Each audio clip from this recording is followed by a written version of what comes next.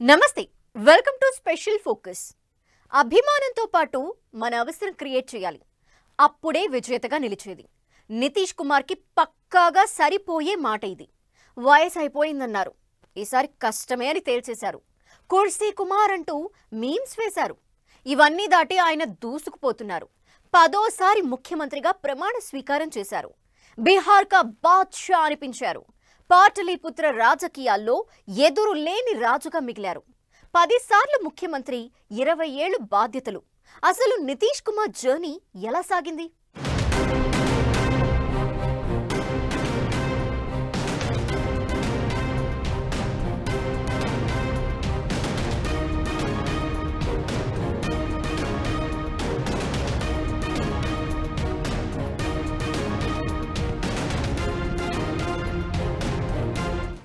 సార్లు సీఎంగా ప్రమాణం 20 ఏళ్లు బాధ్యతలు నితీష్ కుమార్ బీహార్ కా షేర్ బీహార్ రాజకీయాల్లో ఎదురు లేని రాజు 10వ సీఎంగా ప్రమాణ స్వీకారం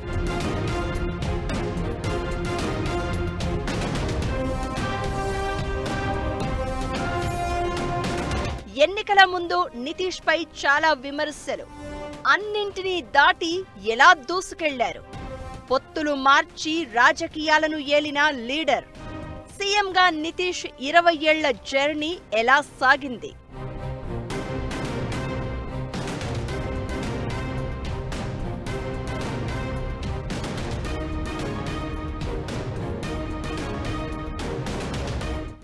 సార్లు సీఎంగా ప్రమాణ స్వీకారం 20 ఏళ్లు ముఖ్యమంత్రిగా బాధ్యతలు ఇది జస్ట్ ట్రాక్ రికార్డ్ మాత్రమే కాదు ఆల్ టైమ్ రికార్డ్ బీహార్ ఎన్నికల్లో ఏ పార్టీకి ఎక్కువ స్థానాలు వచ్చినా ఏ కూటమి ప్రభుత్వం ఏర్పాటు చేసినా నితీష్ మాత్రం సీఎంగానే కొనసాగుతున్నారు గత 2 దశాబ్దాలుగా నితీష్ కుమార్ ఏకఛత్రాధిపత్యం సాగిస్తున్నారు ఏ కూటమి అధికారంలోకి వచ్చినా ముఖ్యమంత్రి స్థానంలో మాత్రం ఆయనే ఉంటున్నారు ఈసారి ఎన్నికల ముందు మాత్రం రకరకాల ప్రచారం జరిగింది నితీష్ పని అయిపోయిందని కొందరు అసలు ఆయన మానసిక పరిస్థితే బాలేదని మరికొందరు నితీష్ పొలిటికల్ చాప్టర్ కు ది ఎండ్ అని ఇంకొందరు వీటన్నింటినీ దాటుతూ తను ఏంటో తన దూకుడేంటో మరోసారి పరిచయం చేశారు నితీష్ కుమార్ 10వ ముఖ్యమంత్రిగా ప్రమాణ స్వీకారం చేశారు బీహార్ రాజకీయాలు అంటే డ్రామాలకు క్యారఫ్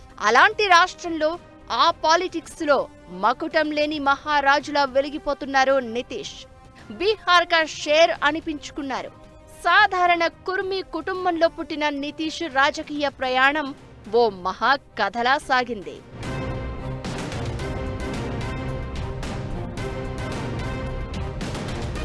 నితీష్ కుమార్ను తిట్టేవాళ్లు కొందరు పొగిడేవాళ్లు మరికొందరు అయితే సీఎంగా మాత్రం అందరూ యాక్సెప్ట్ చేశారు అది ఆయన ప్రత్యేకత 2025 అసెంబ్లీ ఎన్నికలే నితీష్ కుమార్ దాదాపుగా చివరి ఎలక్షన్ అయితే ఈ ఎన్నికల ముందు ఆయన మీద వినిపించిన విమర్శలు అన్ని ఇన్ని కావు ఫల్టూ చాచే కుర్సీ కుమార్ మానసిక అసమర్థుడు ఇలా నితీష్ ను టార్గెట్ చేస్తూ చాలా విమర్శలు వినిపించాయి వీటన్నింటినీ దాటుకుని 10వ ముఖ్యమంత్రిగా బాధ్యతలు అందుకున్నారు నితీష్ ఓ కూటమి ఆధిక్యంలో ఉన్నా ఏ పార్టీకి ఎక్కువ సీట్లు వచ్చినా సీఎం అయ్యేది మాత్రం నితీష్ కుమారే గత 2 దశాబ్దాలుగా బీహార్లో కనిపిస్తున్న సీన్ ఇదే రాజకీయం తనకు ఎంత అవసరమో రాజకీయానికి తన అవసరం అంతకు మించి క్రియేట్ చేసుకున్న లీడర్ ఆయన అందుకే ఎన్ని పొత్తులు మార్చినా ఎన్ని కూటముల నుంచి జంప్ చేసినా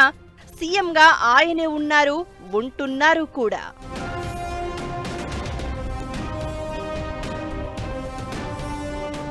పాతవారిని వదులుకోవడం కొత్త కూటములు కట్టడం మళ్లీ పాత వాటిలోకి తిరిగి పోవడం నితీష్ నిర్ణయాలు ఎప్పుడూ ధైర్యంగా ఊహించని విధంగా ఉంటాయి ఎప్పుడు ఏ కూటమిలోకి వెళ్ళాలి ఏ సమయంలో ఏ కూటమి నుంచి బయటకు రావాలి అనేది నితీష్ కుమార్ కు బాగా తెలిసిన విద్య ఏం చేసినా ఎలాంటి నిర్ణయం తీసుకున్నా నితీష్ అడుగు ముందుకే పడింది ఏదేమైనా బీహార్ వాసుల జీవితాలను కొంతమేరకైనా మెరుగుపరిచిన నాయకుడిగా నితీష్ మన్ననలు అందుకున్నారు సుశాసన్ బాబుగా ఆయనను బీహార్ జనాలు పిలుచుకునేది అందుకే. రాష్ట్రంలో వైద్య, విద్యా ప్రమాణాలను మెరుగుపరిచారు. ఒకప్పుడు బీహార్ అంటే హర్రర్ అనే ఒపీనియన్ ఉండేది దేశంలో చాలా మందికి. అలాంటి అభిప్రాయాన్ని మార్చేశారాయన. అవకాశవాది అని కొందరు, రాజకీయ కింగ్ మేకర్ అని మరికొందరు అభిప్రాయాలు వినిపించినా అధికారం కోసం ఎవడైతే తనకేంటి అనే పంథాలో కనిపిస్తూ ఉంటారు నితీష్. ఒకానొక సమయంలో పీఎం మోదీనే ధిక్కరించారు. ఇన్ని చేసినా ఆయనే బీహార్ కా షేర్గా ఉన్నారు.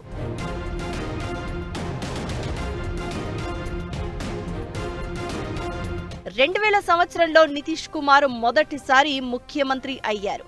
అయితే కేవలం 7 రోజుల పాటు మాత్రమే సీఎంగా ఉన్నారు. తర్వాత 2005 నవంబర్ 24న మళ్లీ ముఖ్యమంత్రి అయ్యారు. పూర్తి పదవీ కాలాన్ని పూర్తి చేశారు. అయితే 2013లో బీజేపీతో 17 ఏళ్ల బంధాన్ని తెంచుకుని వేరే దారి ఎంచుకున్నారు. ఈ సమయంలో 11 మంది బీజేపీ మంత్రులను పదవుల నుంచి తొలగించారు. 2014లో లోక్సభ ఎన్నికల్లో జేడీయూ పేలవమైన పనితీరు కారణంగా పదవికి రాజీనామా చేశారు. 2015లో మహాకూటమిలో చేరి 4గోసారి ముఖ్యమంత్రిగా ప్రమాణ స్వీకారం చేశారు. అయితే ఈ పదవీ కాలం కొద్ది కాలమే సాగింది. ఆ తర్వాత 2015 నవంబర్ 20న 5వసారి ముఖ్యమంత్రిగా ప్రమాణ స్వీకారం చేశారు. 2017 జూలైలో రాజకీయ సంక్షోభం కారణంగా రాజీనామా చేసి మహాకూటమి నుంచి వైదొలిగారు. ఆ తర్వాత అదే రోజున ఎన్డీఏలో చేరారు. 6వసారి సీఎంగా ప్రమాణ స్వీకారం చేశారు. 2020లో ఎన్డీఏ కూటమి ఎన్నికల్లో విజయం సాధించింది. 7వసారి నితీష్ ముఖ్యమంత్రి అయ్యారు. 2022 ఆగస్టు 9న మళ్లీ బీజేపీతో సంబంధాలు తెంచుకుని మహాకూటమిలో భాగమయ్యారు. 8వసారి సీఎంగా బాధ్యతలు తీసుకున్నారు. 2024 జనవరి 28న ఎంజీబీ నుంచి వైదొలిగి మళ్లీ ఎన్డీఏలో చేరారు. 9వసారి సీఎంగా ప్రమాణం చేశారు. ఇప్పుడు ఎన్డీఏ కూటమి విజయంతో మళ్లీ సీఎంగా నిలిచి 10వసారి ప్రమాణ స్వీకారం చేశారు.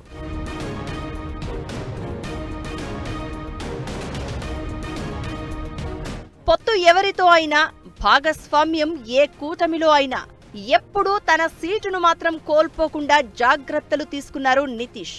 ఇన్ని పొత్తులు మార్చి కూడా నిలదొక్కున్న ఏకైక రాజకీయ నాయకుడిగా నితీష్ కుమార్ రికార్డ్ క్రియేట్ చేశారు. దేశంలో మిగతా రాష్ట్రాల రాజకీయాలతో కంపేర్ చేస్తే బీహార్ పాలిటిక్స్ చాలా డిఫరెంట్. అలాంటి బీహార్ కుర్చీలాటలో తిరుగులేని రాజులా మిగిలారు నితీష్ కుమార్. బీహార్కు ఇన్నేళ్లు ముఖ్యమంత్రిగా పనిచేసిన నితీష్ అన్నిసార్లు ఎమ్మెల్సీగానే ఉన్నారు. ఆయన ఎమ్మెల్యేగా గెలిచింది 1985లో మాత్రమే. ఆయన ముఖ్యమంత్రి అయిన తర్వాత ఒక్కసారి కూడా ఎమ్మెల్యేగా పోటీ చేయలేదు. తనకు రాజకీయం ఎంత ముఖ్యమో రాజకీయానికి తను అంతే ముఖ్యం అని నమ్మే నితీష్ ఏ వైపు ఉన్నా, ఎవరితో ఉన్నా తనే నాయకుడిగా ఉన్నారు, ఉంటున్నారు కూడా.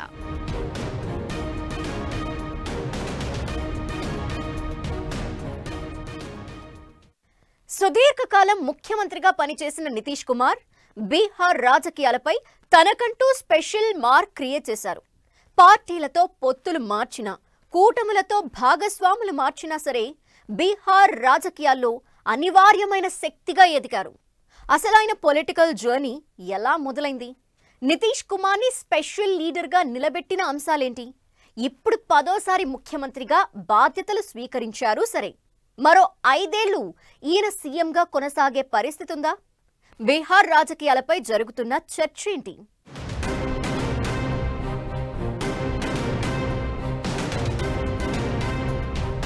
బీహార్ పాలిటిక్స్ పై నితీష్ కుమార్ స్పెషల్ మార్క్. అసలు నితీష్ పొలిటికల్ జర్నీ ఎలా మొదలైంది? నితీష్ ని స్పెషల్ లీడర్ గా నిలబెట్టిన అంశాలేంటి? రాబోయే 5 ఏళ్లు నితీష్ సీఎంగా కొనసాగేనా? రాబోయే రోజుల్లో ఎదురు కాబోయే సవాళ్లేంటి? ఒకప్పుడు బీహార్లో జంగిల్ రాజ్ అనే మాట వినిపించేది. అలాంటి రాష్ట్రాన్ని అంతో ఇంతో అభివృద్ధి బాట పట్టించిన నేతగా నితీష్ కుమార్ మంచి పేరు సంపాదించుకున్నారు. సుశాసన్ బాబు అనే ఇమేజ్ సంపాదించారు. ఎన్డీఏ, మహాకూటమి లాంటి ప్రధాన కూటములతో తరచుగా పొత్తులు మార్చిన బీహారు రాజకీయాల్లో నితీష్ అనివార్య శక్తిగా ఎదిగారు. ఎవరు నితీష్తో ఉంటారో వారే గెలుస్తారనే అభిప్రాయాన్ని రాష్ట్ర రాజకీయ వర్గాల్లో బలంగా నాటారు. రాజకీయ చతురతతో తాను ఏ కూటమిలో ఉంటే ఆ కూటమికి ఓట్లు బదిలీ చేయగలిగే సామర్థ్యం పొందారు. ఇప్పుడు 10వ ముఖ్యమంత్రిగా ప్రమాణ స్వీకారం చేసి సరికొత్త చరిత్ర క్రియేట్ చేశారు.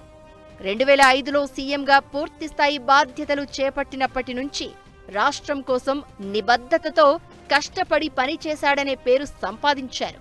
10వ సీఎం అయ్యారంటే కారణం అదే.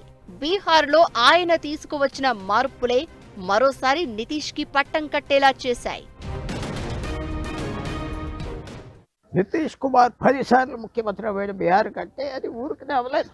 ఆయన దగ్గర ఉన్న కొన్ని గుణాలు భారతదేశంలో చాలా మర్యాద చేస్తారు. ఆయనలాగా జ్యోతి బాసు బెంగాల్లో, అలాగే నవీన్ పట్నాయక్ ఒరిస్సాలో, కొంతకాలం వరకు ఏకే ఆంటనీ కేరళ, ఎంజీఆర్ తమిళనాడు, ఇలాంటి వ్యక్తులకి ప్రజలు గౌరవం ఇచ్చారు. ఎలక్షన్లో గెలిపిస్తూ వచ్చారు. డిఫీట్ అవ్వకుండా అంటే వాళ్ళలో ఉన్న ఆనెస్టీ, వాళ్ళలో ఉన్న మంచి గుణాలు చూసి వీళ్ళు ఉండాలి, వీళ్ళు అన్నీ చేయలేకపోయినా పెద్ద మనుషులు అనే భావంతో వాళ్ళని గెలిపించారు. 2005లో నితీష్ అధికారం చేపట్టినప్పుడు బీహార్ అస్తవ్యస్తంగా ఉంది. శాంతి భద్రతలు నశించి దెబ్బతిన్న రోడ్లతో అభివృద్ధికి చాలా దూరంగా ఉంది. అయితే తనదైన వ్యూహాలతో బీహార్ను నితీష్ అభివృద్ధి వైపు నడిపించారు. రోడ్లు, విద్యుదీకరణ మెరుగుపడడంలో కృషి చేశారు. నిరుద్యోగాన్ని తగ్గించే ప్రయత్నం చేశారు. నితీష్ విజయాల్లో మహిళా ఓటర్లు కీలక పాత్ర పోషించారు. ఇప్పుడు ఎన్డీఏ కూటమి ఈ స్థాయిలో విజయం సాధించింది అంటే మహిళలే కారణం. నితీష్ కుమార్ రాజకీయ ప్రస్థానంలో మొదటి నుంచి పొత్తులే అతడి ఆయుధం. తొలిసారిగా సీఎం అయినప్పటి నుంచి నితీష్ ఏదో ఒక పార్టీతో పొత్తు పెట్టుకుంటూనే వస్తున్నారు. 2000 సంవత్సరంలో తొలిసారిగా ముఖ్యమంత్రి అయినప్పటికీ మెజారిటీని నిరూపించుకోలేక కేవలం 7 రోజులు మాత్రమే పదవిలో కొనసాగారు. అయితే 2003లో జేడీయూ స్థాపించారు. ఆ తర్వాత నుంచి తన మార్క్ రాజకీయం చూపించడం మొదలుపెట్టారు. అప్పటి నుంచి ఇప్పటి వరకు వెనుతిరిగి చూడలేదు.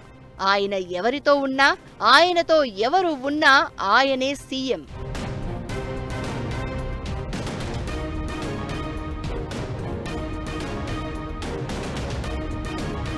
బీహార్ రాజకీయాలు చాలా విచిత్రంగా ఉంటాయి. ఒక్క రోజులో శత్రువులు మిత్రులుగా, మిత్రులు శత్రువులుగా మారిపోతూ ఉంటారు. అలాంటి పరిస్థితులను తనకు అనుకూలంగా మార్చుకుంటూ దేశ రాజకీయాల్లో చక్రం తిప్పుతున్నారు నితీష్ కుమార్.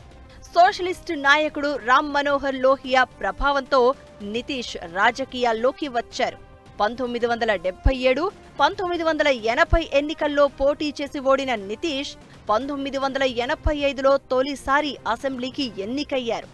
మొదట్లో ఆర్జేడీ అధినేత లాలూ ప్రసాద్ యాదవ్కు సన్నిహిత సహచరుడిగా ఉన్నప్పటికీ తర్వాతి కాలంలో వారి మధ్య విభేదాలు వచ్చాయి. 1994లో లాలూ యాదవ్కు వ్యతిరేకంగా జార్జ్ ఫెర్నాండెజ్ నాయకత్వంలో సమతా పార్టీని స్థాపించడంలో నితీష్ కీలక పాత్ర పోషించారు. ఆ తర్వాత సమతా పార్టీ బీజేపీతో పొత్తు పెట్టుకున్నప్పుడు వాజ్పేయి ప్రభుత్వంలో నితీష్ కేంద్ర మంత్రిగా పనిచేశారు. ఆ తర్వాత తన మార్క్ వ్యూహాలతో ఆర్జేడీని ఢీకొడుతూ వరుసగా బీహార్ ముఖ్యమంత్రిగా కొనసాగుతూనే ఉన్నారు. వ్యూహాత్మక ఎత్తుగడలు, రాజకీయ చతురతకు కేరాఫ్గా నిలిచిన నితీష్ ప్రతి అవకాశాన్ని ఆయుధంగా మార్చుకున్నారు. అధికారం కోసం కొత్త దారులు వెతుక్కున్నారు. అయితే నితీష్ కుమార్ 10వ ముఖ్యమంత్రిగా ప్రమాణ స్వీకారం చేయడం బీహారు రాజకీయాల్లో మరోసారి సంకీర్ణ పాలనకు నాంది పలికినట్లయింది. అయితే 5 ఏళ్ల పాటు ఆయనే సీఎంగా కొనసాగుతారా అనే చర్చ కూడా జరుగుతోంది. బీహార్లో అధికారంలో ఉన్న ఎన్డీఏ కూటమిలో బీజేపీ అతిపెద్ద భాగస్వామిగా అవతరించింది. దీంతో ముఖ్యమైన విధాన నిర్ణయాలలో కొత్త సమీకరణాలు కనిపించే అవకాశాలు లేకపోలేదు అనే అభిప్రాయాలు వినిపిస్తున్నాయి. ప్రధాని మోదీ, కేంద్ర మంత్రి అమిత్ షా ఎప్పుడు ఎలాంటి నిర్ణయం తీసుకుంటారో అంచనా వెయ్యడం కష్టం.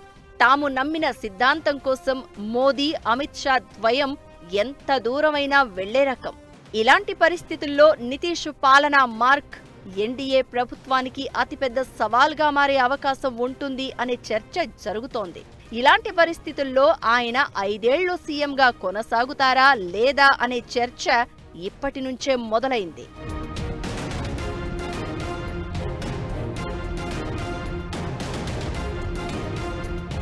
ఇకటు 10వ ముఖ్యమంత్రిగా బాధ్యతలు తీసుకున్న నితీష్ కు సరికొత్త సవాళ్లు ఎదురయ్యే అవకాశాలు ఉన్నాయనే వాదన వినిపిస్తోంది.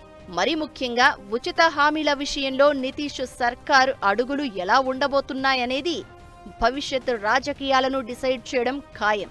బెంగాల్తో పాటు కేరళ, తమిళనాడు, అస్సోం రాష్ట్రాల్లో ఎన్నికలు జరగనున్నాయి.